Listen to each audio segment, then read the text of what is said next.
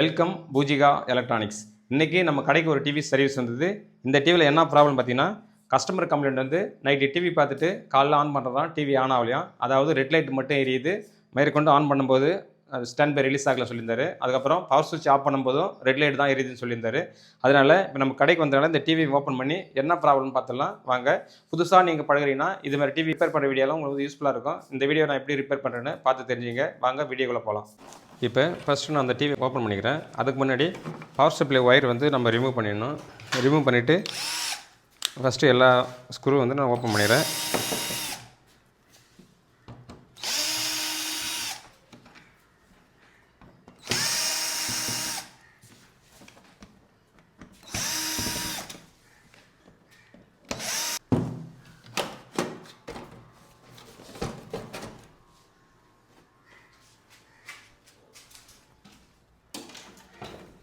இப்போ TV setup வந்து இதான் டிவி செட்டப்பு. இது வந்து இப்போ வர மாடலெலாம் பார்த்திங்கன்னா ஃபுல் காம்போ வரும். இப்போ பார்த்திங்கன்னா பவர் சப்ளை தனி வித்து பேக்லைட் டிரைவரு, அதுக்கப்புறம் மதர் போர்டு செக்ஷனு, அதுக்கப்புறம் இது டிஸ்பிளேக்கு வந்து எல்இடிஎஸ் கேபிள். இது வந்து டீகான். சில மாடலில் டிஸ்பிளேவில் இது எல்ஜியில் பொறுத்தளவுக்கு டீகான் தனியாக வரும். இதே வேறு சாம்சங்லாம் பார்த்திங்கன்னா இந்த டீகான் இருக்காது, டைரெக்டாக நேராக அங்கே வந்து போர்டில் சொல்லிவிடுவாங்க. இதான் வந்து செட்டப்பு. அதாவது ஒரு மதர் போர்டு, ஒரு டிவியில் வந்து power supply board with டீகானோட mother board, அதுக்கப்புறம் ஸ்பீக்கர் ஜாக்கு 2 ஸ்பீக்கர் இதான் இருக்கும். அவர் சென்சர் போர்டு தனியாக இருக்கும். இது சென்சர் போர்டு. இப்போ இந்த டிவியில் என்ன கம்ப்ளைண்ட் ஃபஸ்ட்டு பார்க்கலாம். அதாவது டிவி பவர் சப்ளை நம்ம ஆன் பண்ண உடனே இது பவர் மட்டும் நிற்கிது. அப்போ வந்து இதுக்கு தேவையான மதர் போர்டு சப்ளை தேவைப்படுது, பேக்லைட் டிரைவர் சப்ளை தேவைப்படுது. ஃபஸ்ட் நம்ம சப்ளை செக் பண்ணுவோம். சப்ளை செக் பண்ணிட்டு என்ன ப்ராப்ளம் கண்டுபிடிக்கலாம். 8 வோல்ட் வரணும். இங்கே வந்து 4.3 தான் காமிக்குது. அதாவது பவர் சப்ளை வந்து ப்ரைமரிலேருந்து செகண்டரி வந்து சப்ளை வருது. அதுக்கப்புறம் இங்கேயும் பார்த்தீங்கன்னா பேக்லைட் டிரைவரில் வந்து 24 வோல்ட் வரணும். இங்கேயும் 3.3 வோல்ட் தான் வருது. டிவி ஓப்பன் பண்ண உடனே அதாவது கெப்பாசிட்டி எல்லாம் பக்கா வருதுன்னு பார்க்கணும். ஏன்னா இது கிட்டத்தட்ட பார்த்தீங்கன்னா ஒரு 10 வருஷம் டிவி. இது வந்து டிவி வந்து ரிப்பேர் ஆகலைன்னு சொல்லியிருந்தார் கஸ்டமரு. அதனால் இதில் வந்து மதர் போர்டில் ஐசி போயிருக்கலாம். அப்படிலாம் பவர் சப்ளைவில் பார்த்தீங்கன்னா கெப்பாசிட்டி வேணால் பல்ஜ் ஆகிருக்கலாம். அதாவது கெப்பாசிட்டியில் வந்து பவர் சப்ளை வந்து ஏசிலேருந்து டிசியாக ஃபில்டர் ஆகும்போது, சப்போஸ் ஒரு எக்ஸாம்பிள் சொல்கிறேன், இது வந்து ஒரு 12 வோல்ட் கொடுக்குதுன்னா இது பர்ஃபெக்டாக இருந்தால் ஒரு 13 புள்ளி சில்லரை கொடுக்கும். இதே வந்து இந்த கெப்பாசிட்டி வந்து பல்ஜ் ஆச்சுனாக்கா உங்களுக்கு வந்து 8 வோல்ட் 9 வோல்ட் தான் வரும். அப்போ வந்து இங்கே வந்து சப்ளை வந்து கம்மியாக இருந்தாக்கா செட் ஆன் ஆகுது. இந்த கெப்பாசிட்டர் 2 கெப்பாசிட்டர் பல்ஜ் ஆகிடுது. இந்த கெப்பாசிட்டர் மாற்றினாலே இந்த டிவி சரியாகிறதுக்கு வாய்ப்பு இருக்குது. ஃபஸ்ட்டு இந்த கெப்பாசிட்டர் மாற்றிட்டு அதுக்கப்புறம் இந்த டிவியில் வேறு என்ன ப்ராப்ளம் பார்க்கலாம்.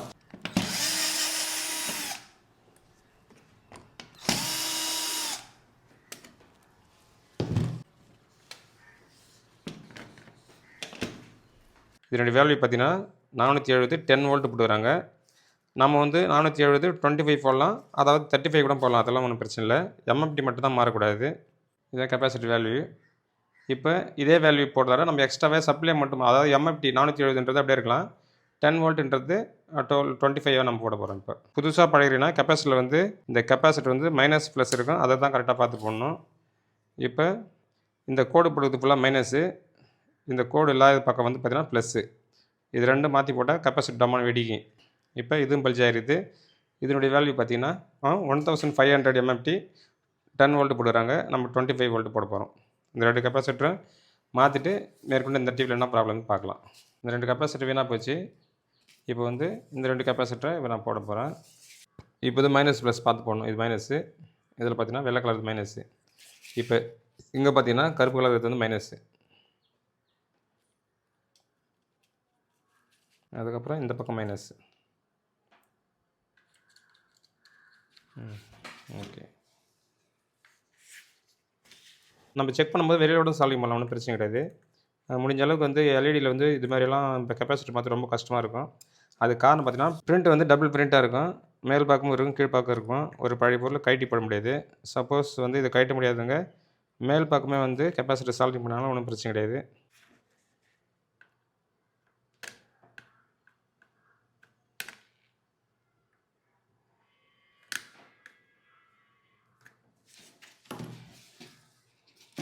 இப்போ நம்ம இந்த கெப்பாசிட்டி பல்ஜ் ஆயிருந்துச்சு, இதை மாற்றிருக்கிறோம். இந்த கெப்பாசிட்டி பல்ஜ் ஆயிருந்துச்சு, இதை மாற்றிருக்கிறோம். இப்போ டிவி ஆன் பண்ணி பார்க்கலாம். டிவி படம் வரத பார்ப்போம்.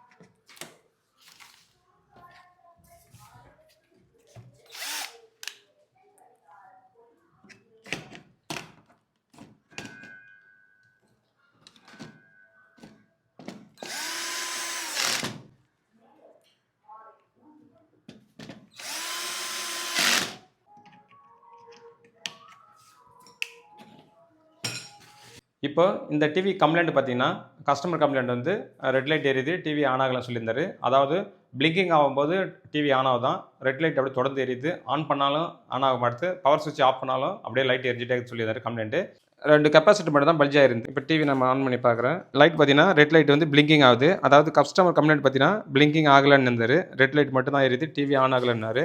இப்போ பேக் லைட்டும் எரிய ஆரம்பிக்குது. அப்போ வந்து பேக் லைட் எரியுது. இது வந்து ஸ்டாண்ட் பை லைட் வந்து எரிஞ்சு ஆஃப் ஆகிடுது. இதில் வந்து என்ன தெரியுதுன்னா, டிவி கம்ப்ளைண்ட் வந்து சரியாயிடுச்சுன்னு அர்த்தம். அதாவது இந்த டிவியில் வந்து கெப்பாசிட்டி மட்டும் தான் ப்ராப்ளம். இந்த டிவி கிட்டத்தட்ட 10 வருஷ டிவி. அதனால் கெப்பாசிட்டி உப்பி போகிறது வாய்ப்பு அதிகமாக இருக்கும்.